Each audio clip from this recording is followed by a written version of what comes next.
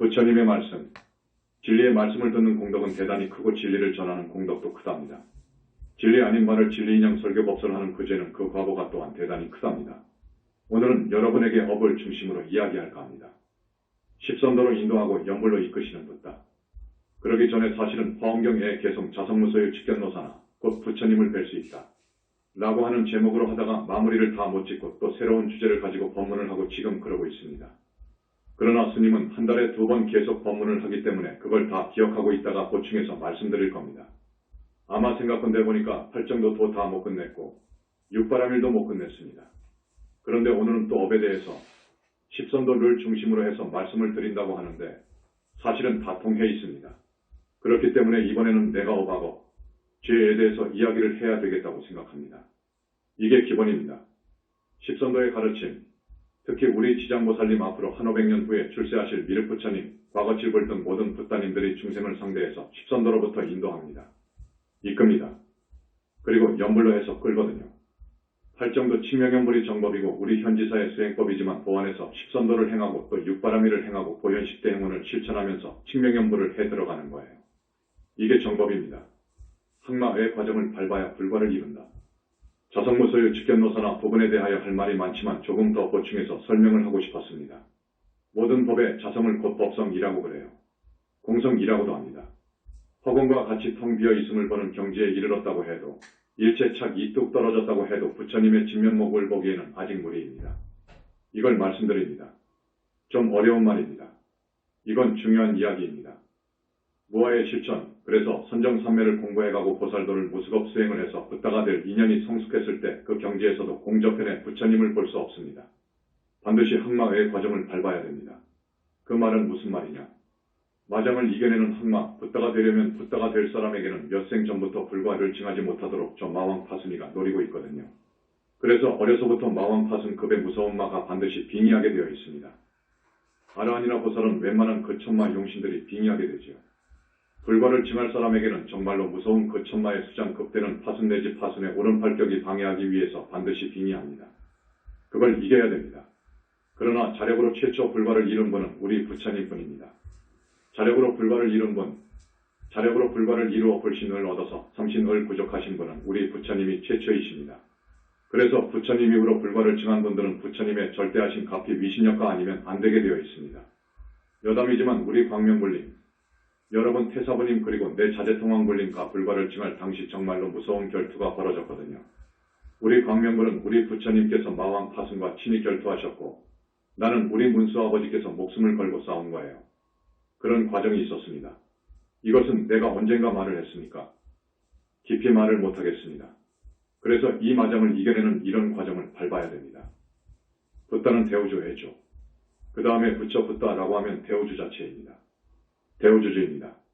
그렇기 때문에 현상계 우주, 우주를 낸 본체공, 그 본체를 내 것으로 해야 됩니다. 즉 본체는 말하자면 빛이거든요. 자성광이라고도 하고 원초의 광명 빛이라고도 하고 정광명이라고도 합니다. 이 빛을 먹어버려야 흡수해버려야 돼요. 그러려면 우리 현지사에서 잘 이야기하는 무량광명이라고 하는 그 빛을 얻어야 돼요. 그것으로 해서 우주본체인 빛을 흡수할 수 있습니다. 순식간에 흡수할 수 있습니다. 그렇게 함으로써 이 우주의 주도 되고 대우주 자체가 되는 거예요. 붓다가 되기 위한 조건, 그래서 붓다가 되려면 우주본체를 나의 소유로 할 수 있는 무량광이라고 하는 빛을 얻어야 되고 그것으로 몸이 이루어져야 됩니다. 그 다음에 다겁생으로 내려오면서 지은 업업장이라고 하지요. 다겁생으로 내려오면서 지은 크고 작은 그 업업장이 완벽히 소멸되어야 됩니다. 탐진치의 뿌리가 완전히 뽑혀져 버려야 되고 다겁생으로 내려오면서 쌓인 못된 악하고 탁한 습과 기가 다 빠져버려야 됩니다. 은혜와 빚을 다 갚아야 되는 거예요. 그런다고 해서 부처가 아닙니다. 그런다고 해서 부처가 아니더라고요. 이제 거기서 부처님을 만나 뵙고 말씀을 들어야 돼요. 볼 수 있어야 되고 부처님 말씀을 들어야 돼요. 자성무소유 경계에 일체착 이뚝 떨어졌다고 해서 부처님을 뵙고 부처님 말씀을 듣고 할 수가 없어요. 그것 가지고 안 돼요. 그래서 부처님의 진면목을 보고 그 부처님의 말씀을 들을 수 있어야 되고 부처님의 진부리신 청정법신 비로전화부를 볼 수 있어야 돼요. 그러려면 이 몸속의 주인공인 내 사계의 영체가 무량광 빛덩어리가 되어야 됩니다. 그리고 저기 성적광색의 부처님 나라에 내 부처가 태어나게 돼요. 기막힌 이야기입니다. 이게 불신이어요. 이 불신이 자라게 됩니다. 자란다고요? 성장한다고요? 그건 완전히 불양광 빛으로 되어 있어요. 그 세계는 대적정산매의 세계예요. 거기서 내가 자라요. 그 나상적 광세계의 불신과 인한 네 개의 영혼체가 합해져 버려야 돼요. 믹스맥스라고 해요. 믹스해줘요. 믹스하는 과정이 있어요. 그래서 완전히 붓다가 되었다고 생각이 되면 붓다의 인가가 나옵니다. 인가가 나와도 완벽한 붓다의 관문은 아직 가야 돼요. 더 공부해야 돼요. 그래서 광명불과 자재통황불은 그 과정을 10년 전에 다 끝냈습니다. 말로, 글로 표현할 수 없는 부처님 능력. 그러면 그 능력은 어떤가? 저쪽 세계 부처님들의 세계에 있는 그 붓다, 처음 불과를 이룬 광명불 자재통황불의 능력은 어떠한가? 대단합니다. 여러분 대단한 거예요.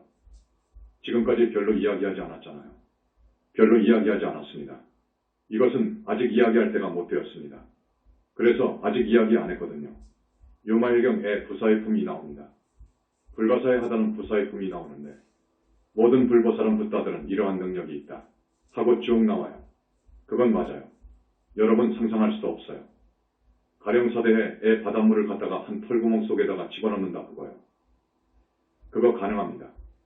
삼천대천 세계를 한 손 안에 움켜쥐고 던져버리기를 세계 세상 저쪽 끝까지도 던져버릴 수 있다. 이건 상상할 수가 없죠. 붓다는 일체처 일체시에 있어요. 이거 정말 여러분 우리 불교대학 학생들과 정토반 학생들이나 이해할까? 붓다, 은 일체처 일체시에 계시는 거예요. 그 말은 아니 계신 곳이 없다는 말입니다. 공간적으로 시간적으로도 그렇고요. 자기의 진불인 청정법 신불이 다 있기 때문에 시공으로 아니 계신 곳이 없어요. 그래서 어느 국토에서라도 자기를 필요로 해서 간절히 부르는 중생이 있으면 100억 광년 아니라 900억 광년 저쪽에서 중생이 부른다고 해도 순간에 가는 거예요. 너무 자비하기 때문에 화신으로 놔두어 가는 거예요. 붓다는 지혜와 자비가 완벽하게 갖춰져 있습니다. 그 다음에 복덕이 정말로 완벽하게 갖춰져 있어요. 말하자면 이 세계를 살 만한 복력이 있어요. 이걸 이해 못하겠죠, 여러분. 탐욕과 집착을 버려라. 여러분 스님이 자꾸 이야기하잖아요. 탐욕과 집착을 버려라. 이것 때문에 윤회를 하니까 탐욕과 집착을 버려라. 이것의 근본 원인은 아직 배 있느니라. 에고 이거에선 자기 자신의 이익만을 꾀하고 사회 일반의 이익은 염두에 두지 않으려는 태도. 이기심, 이기적인 나, 나라는 생각, 그거진 나, 나 아닌 나를 나라고 생각하는 그놈, 그 생각. 이것이 없어져야 된다, 그거요. 이것은 또 무명이라고 하는 것 때문에 그렇게 되는데 무명은 또 무슨 말이냐? 말을 하다 보니 지금 격가지로 가고 있네요. 무명이라는 것은 부처님을 모르고 부처님 계심도 모르고 위대함도 모르고 능력도 모르고 우주적인 위상도 모르고 법도 모르고 진리가 뭔지도 모르는 거예요. 그러면서도 선지식이라고 하거든. 아닙니다. 그건 악지식이지요. 선지식이라고 하면 최소한 부처님이 계심을 알아야지요. 가장 핵이 되는 그것도 모르면서 또 보지도 못했으면서 어떻게 선지식이라고 합니까? 그렇지 않습니까? 불교라고 하면 부처님 계심 실존 위대하신 그 위상 등을 알아야지요. 그것이 핵이 되어야지요. 그런데 그 핵심이 다 빠져버렸어요. 2600년 동안의 불교는 그 핵심을 잃어버렸습니다. 중생은 나 아닌 것을 나라고 생각한다. 핵심을 잃어버리게 한원수 주범 강호냐? 무아입니다. 무아를 잘못 해석해서 그렇게 되어버렸습니다. 이 현상계의 일체의 존재법은 사실은 실체가 없다. 그 말은 맞아요. 그 의미로 말씀하셨지만 주로 말씀하신 의미는 그게 아니에요. 부처님께서 무아를 말씀하신 의도는 중생이 나 아닌 것을 나로 생각하기 때문에 이런 생각을 버리도록 그 집착을 놓도록 하기 위해서 무아를 말씀하신 거예요. 그러니까 있다 없다가 아니에요. 무슨 영혼이 있다 없다 무엇이 있다는 등 그걸 말씀하신 적도 없어요. 당초에는 그런 말을 할 필요가 없었어요. 1250명을 모아놓고 그런 말을 할 필요가 없었어요. 그저 모든 중생은 나 아닌 것을 나라고 생각하기 때문에 그 집착 욕심이 생기거든요. 욕심이 생기고 집착이 생기고 번뇌가 생기거든요. 그 원인을 뿌리 뽑으려고 무아를 말씀하신 거예요. 나 아닌 나를 나라고 집착하니까 이것을 때려 부수기 위해서 무아를 말씀하신 것입니다. 영혼체가 없다는 말로 지금 해석하고 있는데 그건 천부당만 부당합니다. 윤회하는 주체는 영혼체이다. 영혼체라고 하는 윤회의 주체가 없어버리면 어떻게 되느냐? 스님이 가끔 이야기하지만 윤회할 수도 없어요. 금생으로 끝나버려야 돼요. 태어나서 죽어버리면 끝나버려야 돼요. 그 영혼체가 주인인데 그것이 있어서 업을 짓고 그것이 업을 받고 그럽니다. 아함경 제1공경에 유업보이무작자 라는 말이 있습니다. 지은 업과 본은 있는데 짓는 자가 없다는 거라. 우리 부처님께서는 그것을 다른 의미에서 말씀하신 거예요. 공의의 입장에서 말씀하신 것이거든요. 그런데 일상으로 돌아와서 현상세계로 돌아와서 그렇게 해석을 한단 말이에요. 업보는 있는데 짓는 자가 없다 그거라. 그게 말이 됩니까?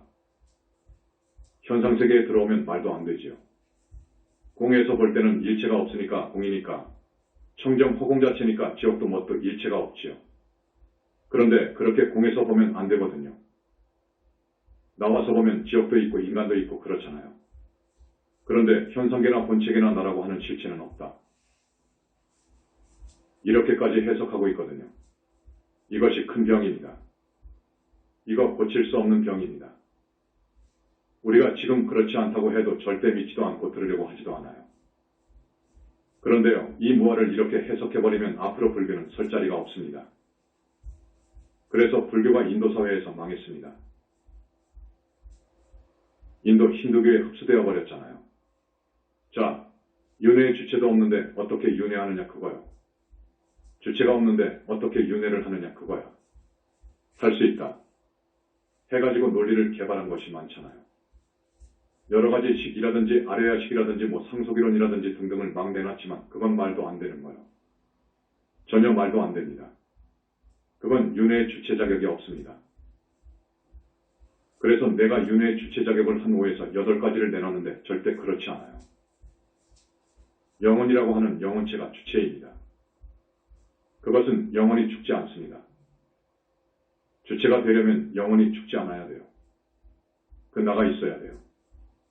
찰나생 찰나멸하는 그런 식은 윤회의 주체가 될 수 없는 거예요. 부처님의 도움 없이는 불보살이 될 수 없다.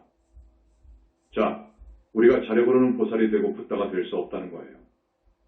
자력으로는 보살이 못 돼요. 윤회 벗어나기 어려워요. 부처님의 가피가 필수입니다.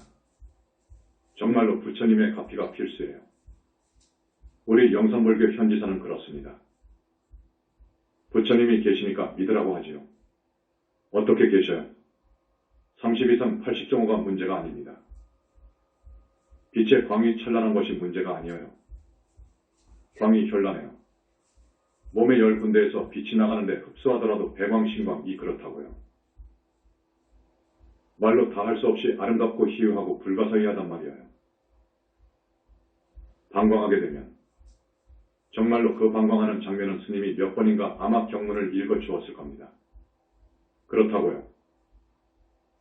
이 빛이 삼천대천세계를 구석구석까지 비춰버린다고요.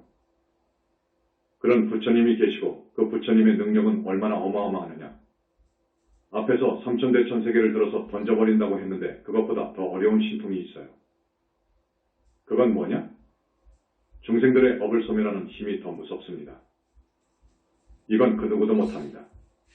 부처님밖에 붓다밖에 못하거든요. 우리가 과거생 금생에 와서 지은 죄를 닦아만 준다면 얼마나 고맙습니까? 닦아줄 사람이 없어요. 자기가 받아야 되는 거예요. 부처님을 만나지 못하면 닦아줄 사람이 없어요. 업장을 소멸해 줄 사람이 없어요. 광명불 자제통왕불의 능력기왕에 광명불 자제통왕불을 이야기했기 때문에 조금 더 이야기하겠습니다. 오늘 처음 이야기할 거예요. 2009년도이니까 지금부터 한 8년 전입니다. 광명불이신 태사부님의 능력은 이미 업장 소멸의 단계가 넘어갔어요. 모든 붓다님들이 중생의 중지옥 정도의 업장은 소멸하지요. 모든 붓다님들과 똑같은 정도의 반열에 올라가셨지요. 자제통왕불은 2009년 출가한 어느 우리 스님 두 분의 업장을 벗겨주는 것을 여러분한테 조금 소개해드리자면 이 자제통왕불은 보품이 칼이고 법륜지팡이입니다. 문수보살님이 칼이니까 충정법신 비로자나 부처님으로부터 칼을 받았거든요. 그 칼을 그 스님의 정수리 위에 딱 올려놓고 금단을 먹였습니다. 부처님마다 금단이라는 것이 있어요. 이것도 불가사의한 이야기예요. 이 약이 듣지 않는 곳이 없어요. 먹이면 뜻대로 되게 되어 있습니다. 그래가지고 사형체를 꺼내었습니다. 영체를 꺼내기 어려워요. 이제 그 영체를 딱 분리해가지고 칼을 정수리에다가 대고 업장을 벗기는데 살생투도 사암망후한 업장이 벗겨지더라 하는 것만 말씀드립니다. 여기에 있는 것이 몸 안에 4개의 영체 중 3개는 이미 상적광세계에 있는 그 자재통합물한테 가 있거든요. 여기 이 몸뚱이에는 4번 영체 하나만 있습니다. 그 4번 영체도 무량광으로 되어 있습니다. 그래서 이 스님의 법문은 부처님을 대신해서 하는 것이고 우주의 진리를 이야기하는 것이고 붓다는 우주 진리 자체, 우주 자체입니다. 그래서 비로소 법문할 수 있는 허가를 받은 것이지 그런 요의 레벨라고에 올라가지 못하고 법문한다는 것은 굉장히 위험합니다. 대단히 위험합니다. 진리 아닌 말을 많이 합니다. 부처님을 모독하고 능멸하고 법을 모독하고 능멸하는 말을 한다고요. 아마 이렇게 많은 천법 대중 앞에 올라가서 법문할 때 큰 문제가 될 말을 꼭 하더라고요. 조금 깊이 들어가다가 보니까 말을 하지 않을 수가 없지요. 그런데 정말 법을 모독하고 부처님을 모독하는 말을 하더라고요. 무관업을 짓는 15가지 부처님과 법을 모독하게 되면 그 정법훼손의 과거 대망어제 스님이 여러 번 이야기했을 거예요. 이건 무관업 이상입니다. 무관업이 있어요. 그걸 소승에서는 5가지를 이야기하고 대승에서는 그와 다른 5가지를 이야기하는데 우리 현지사에서는 15가지를 내가 쭉 생각해서 적어놓은 것이 있습니다. 우리는 무관업을 지으면 안 돼요.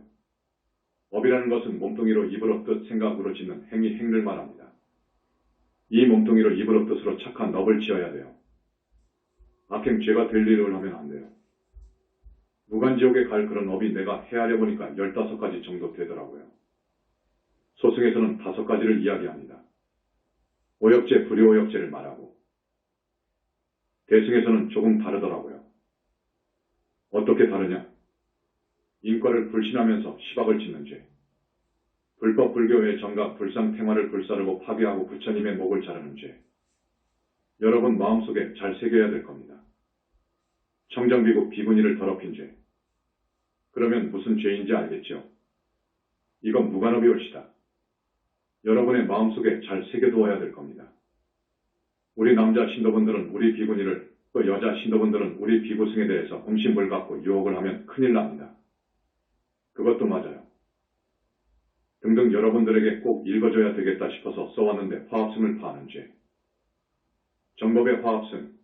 우리 영산불교 같은 교단을 망하도록 그냥 날마다 그렇게 속으로 미워하고 또 저주하고 한 사람들이 있어요. 망하도록 행동으로 옮기고 하는 죄는 무관업이 옳시다. 무간지옥에 떨어질 업이거든요. 살도 음망 사중공개 사중죄를 상품으로 지었다든지 범했다든지 중문사바라이죄를 하나라도 범했다든지 하면 무간지옥입니다. 아라한 보살성자를 죽이는 죄의 경전을 능멸한 죄. 이거 아주 무서워요. 이것도 무관업입니다. 상주물을 사리사욕에 이용한 죄. 상주물, 우리 신도분들이 갖다 준 정제.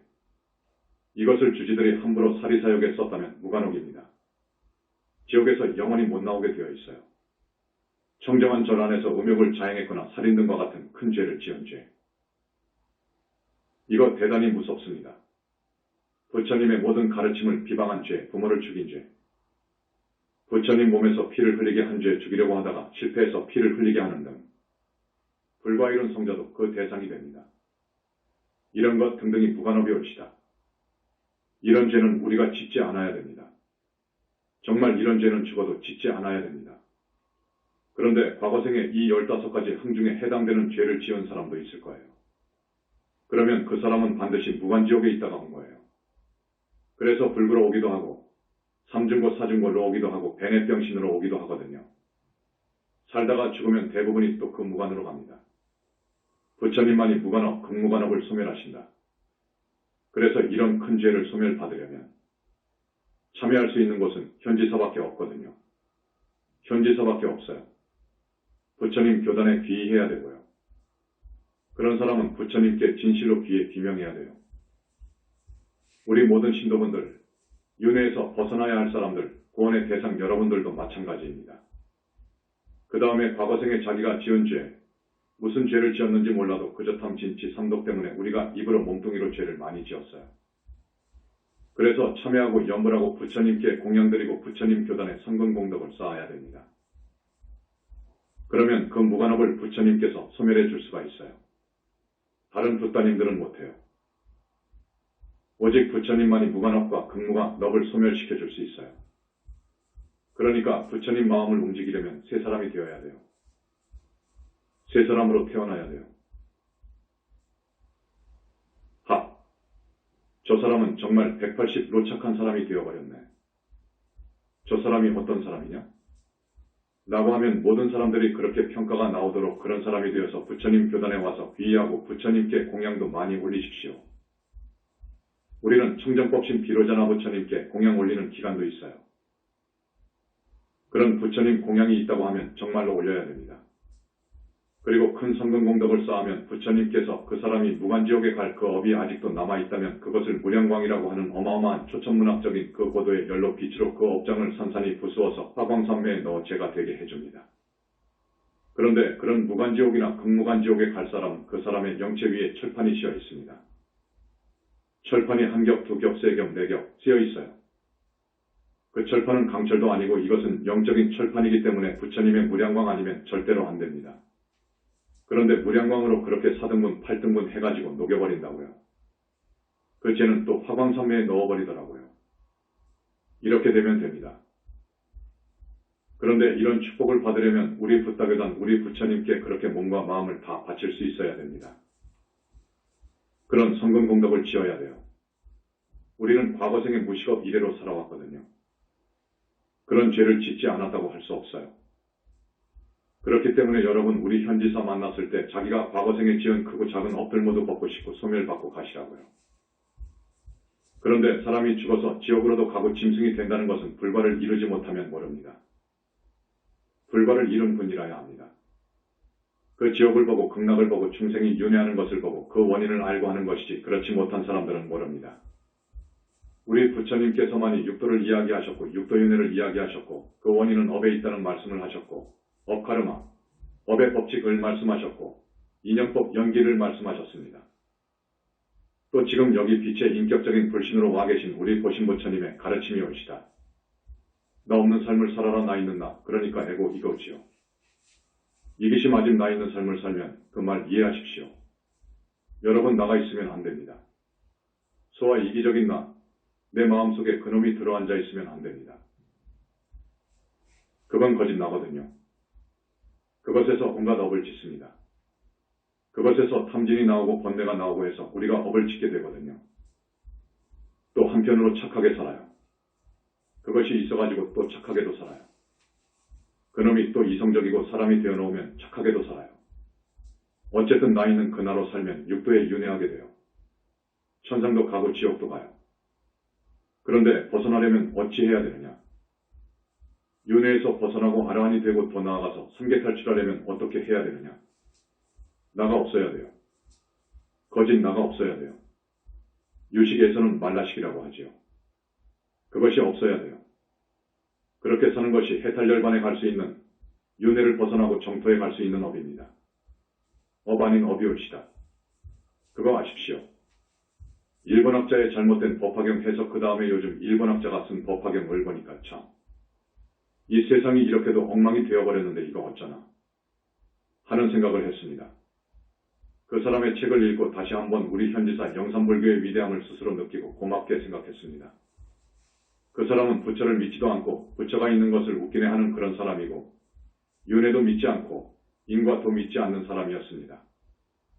그러면 법화경을 어떻게 해석했나? 하고 살펴보았습니다. 여러분 법화경 종지용 질품 애땅에서 솟아나온 보살님들이 있잖아요. 법화경을 보면 도나보살들이 땅에서 솟아나오잖아요. 이 보살을 어떻게 해석했느냐? 땅에서 솟아나온 보살을 어떻게 해석했느냐? 이 세상, 그러니까 각박하고 고통과 번민이 많은 이 세상을 살다가 수행을 쌓고 해가지고 그것을 뚫고 높은 깨달음을 얻었다는 겁니다. 땅에서 솟아나온 보살을 이렇게 상적으로 해석하더라고요. 뭐 보살을 인정하지도 않아. 다보부처님은 또 어떻게 해석했나? 법화경을 보면 그 탑 안에 다보부처님이 선정에 들고 그러시잖아요. 그 다보 부처님, 우리 부처님 교단 현지사로 다보 부처님께서 매일 아침마다 공양을 받으러 오십니다. 그런데 그 다보 부처님을 뭐라고 해석하느냐? 석가모니 부처님께서 깨우친 절대 진리라는 거예요. 그러니까 이렇게 상징적으로 해석해 놓았습니다. 그러면 탑이 칠보탑이 또 땅에서 이렇게 솟아나오잖아요. 그건 또 어떻게 해석했느냐? 불성, 우리가 지니고 있는 불성으로 해석해가지고 불성을 발견했다는 걸로 해석했더라고요. 전부 이런 식이에요. 그래서 그분은 법화경이나 화엄경은 전부 상징적인 이야기이고 그 다음에 암경이나 방등경에서 지옥이 있고 천상이 있고 이렇게 이야기한 것은 방편설이라는 것이에요. 사람이 착하게 살도록 방편으로 쓴 말이지 뭔 놈의 지옥이 있고 천상이 있고 사람이 죽어서 극락을 가고 귀신이 되고 짐승이 되느냐 그거요. 자, 이게 불교라면 이거 어떻게 됩니까? 부처님은 계신다. 내가 20년 동안 우리 부처님을 만나 뵙고 생활하고 해서 정말로 자신 있게 말씀드릴 수 있는 것은 부처님이 계신다는 것이거든요. 인과 인과법, 인연법은 분명하고 윤회 있습니다 합니다. 지옥 악이 축생이 있습니다. 극락도 있습니다. 이건 분명합니다. 천도제를 수 100번 했잖아요. 지옥에서 잡아오거든요. 묶여온단 말이에요. 그 지옥이 지금 없다고 하는데 지금 절에서는 중들이 지옥 없다고 하거든요. 스님들끼리 있으면 원놈의 지옥이 있느냐 그거지. 그리고 무슨 영혼이 있느냐 그거요. 영혼이 없다는 거요. 조계종에서 몇 년 전에 공식 입장을 내놓은 것이 있죠. 금강경 을 해석하면서 영혼을 부정 부인했습니다. 금강경 을 해석하면서 영혼을 부정하고 부처님을 부정해버리면 그건 해석 못해요. 학자들이 모두 이런 식어요. 지금 불교가 이렇다 그 말이에요. 정말로 우리 현지사 신도분들 진짜 파사연정, 사악한 것을 버리고 정도를 드러내 해야 돼요. 파사연정하는 기수가 되어야 돼요. 여러분. 그래야 됩니다. 지금 불교는 죽었거든요. 그래서 죽었다는 말을 내가 써요. 외소화된 불교라고 더 좋게 말한 것이고 왜곡되었다는 말도 점잖은 표현이지요. 사실 불교가 죽어버렸어요. 그래서 지금 교세로 봐도 기독교가 1위이고 이슬람교가 2위예요. 세계 인구로 봤을 때 신도수가 10억, 20억 그래요. 불교는 한 3억 정도 돼요. 그런데 3억 정도라는데 보니까 이렇게 해석하는 사람들이 거의 다라고요. 부처님이나 영혼 등이 있다고 하는 사람도 있어요. 과거에 무착이나 세친과 같이 삼신설을 정립한 사람들은 있다고도 해석해요. 그렇지만 그 사람들도 진짜 불신을 몰랐어요. 극락도 몰랐고 부처님의 그 위상도 몰랐고 실존도 몰랐어요. 부처님의 실존도 모르고 그 유가 유식에서 볼 때 그것은 80개념, 제구식 등으로 음사되며 무구식으로 의역된다. 정식 안말하식의 화연으로 보이지요. 또 용수적인 공중관 쪽에서는 공공성의 화연으로 봐버리지요. 지금 이런 것으로 본다고요. 그러지 무량광으로 이루어진 인격적 불신 이것은 우리 현지사에서 2600년 만에 진짜 처음으로 이야기한 것이라고요. 시바겁은 멀리 십선도는 가까이. 십선도를 이야기하려는데 죄송하게도 지금 50여 분이 흘러가 버렸습니다. 이 십선도는 꼭 알아야 됩니다. 우리가 업을 지으면 안 된다고 했잖아요. 죄를 지으면 안 된다 그 말이에요. 업이라는 것은 악업죄업을 이야기하는데 업이 몇 가지냐? 크게 묶으면 10가지로 묶습니다. 그런데 아주 중요한 것이 있어요. 옥에 넣은 몸뚱이로 짓는 무서운 업만 이야기했지 그 의업은 이야기하지 않았어요. 그런데 십선도에는 나옵니다. 우리의 뜻 생각으로 짓는 업이 있어요. 탐진치입니다. 이것이 가장 핵심이에요. 이것 때문에 입으로 욕도 나가고 못된 말도 나가고 몸뚱이로 못된 짓을 하거든요. 이 생각이 반듯해야 되는데 중생은 이 생각, 이 마음은 전번 시간에 말씀드렸다시피 오욕에 물들었다고 했잖아요. 중생은 오욕에 물들어 있어요. 다겁생으로 살아왔기 때문에 그 물든 정도가 너무너무도 심하거든요. 그 바탕에서 경계를 당하면 탐욕심이 일어나서 욕심이 생기고 욕심이 지나치게 생기면 남의 물건을 슬쩍 훔치기도 하고 예쁜 여자가 있으면 못된 욕심 싸움이 생겨서 유혹을 해가지고 사고를 치고 그러잖아요. 그리고 보기만 해도 믿고 어쩐지 그냥 확 때려주고 싶어하는 사람과 시비가 붙어 어쩌고 저쩌고 옥신각신하다가 보니까 자기도 모르게 옆에 몽둥이가 있으니까 때려가지고 죽어버렸거든요. 이렇게도 죽이기도 합니다. 이게 탐진치가 문제입니다. 이 마음속 생각 이것이 문제거든요. 탐욕심, 그 다음에 성내고 미워하는 마음, 그 다음에 올바른 생각, 이 아닌 삿된 생각, 어리석은 것 이거든요. 이 삿된 생각이 아주 무서운 거예요. 그래서 이 뜻으로 세 가지가 아주 무서운 업을 짓는 원인이 돼요. 이것 때문에 몸뚱이로 산목숨을 때려 죽이고 남의 것을 훔치고 강도질하고 횡령하고 사기하고 여자를 가늠하고 또 부인 있는 남자를 유혹하고 그래서 선을 넘고 그 다음에 입으로 온갖 거짓말을 다 하고 몸으로 셋, 살도 음이라고 해요. 몸으로 세 가지 업을 짓고 입으로 네 가지, 아주 자세히 말하자면 네 가지예요. 거짓말, 기어라고 하면 쓸데없는 말, 음담패설 따위, 조금도 쓸데없는 말. 나 젊었을 때 버스를 타고 서울 어디를 아마 1시간을 가는데 그 여학생들이 몇몇 올라와서 처음부터 끝까지 누구 흉만 보더라고. 다른 사람들 흉만 보고 친구 흉만 보고 끝나버려요. 우리가 말을 아껴야 됩니다. 꼭 필요할 때 해야 되는 거예요. 말을 아껴야 돼요. 쓸데없는 말을 못하러 해요. 남자들 모이는 데 보세요. 우리 스님들도 마찬가지입니다. 선방에서 딱 돌아서면 여자 이야기입니다. 음담패설이요.